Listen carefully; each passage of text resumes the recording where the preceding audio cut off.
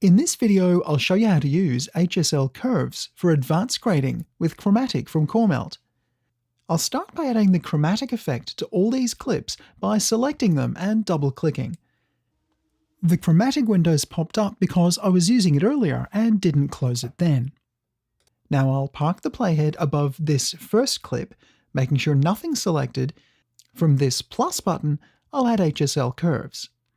The Luma curve works the same way as it does in the RGB curves adjustment, and on this clip, I'll use it to rescue the lost detail in the shadows. You can use it to increase or decrease contrast or brightness in any part of the image, but it won't cause clipping.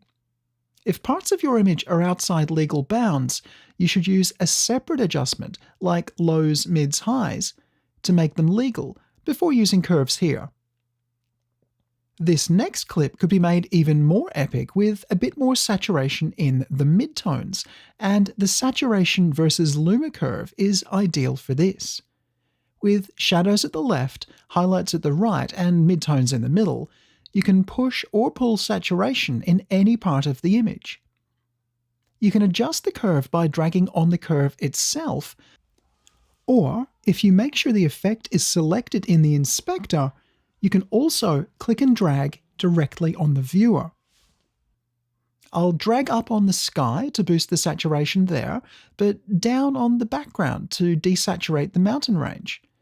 If you add too many points, use the delete key to remove any unwanted points. Saturation in the shadows can give a rich, nostalgic feel to an image, and actually looks pretty good here. But too much in the highlights looks garish, and with this curve, you can get just the right look. With this next clip, I want to desaturate some colors, like these reds, while increasing saturation on other colors, like these greens, and I can use Sat versus Hue for that. The curve starts with 3 points, but you can add or delete them easily, and dragging on the viewer works here too. Push a point up to turn up saturation for that hue, or push it down to turn it down. Pushing this curve all the way to the bottom can give a Pleasantville effect, if that's what you want too. Lastly, on this next clip, some of the colours are accurate, but some of these oranges need to be just a little redder. The hue curve lets me move around the colours in just part of the image, and I can easily fix the issue by moving this point near orange slightly down. There's also a pure saturation curve that adjusts saturation based on its existing saturation, so it's easy to enhance areas with moderate saturation or tone down heavily saturated areas. If I need to make a more subtle adjustment with any of these curves, I can hold Option as I move the mouse to gear down and get finer control.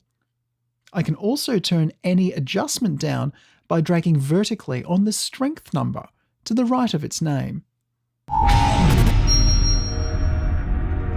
Chromatic includes many other adjustments, and you can pick up a free trial of Chromatic from Chromatic.com.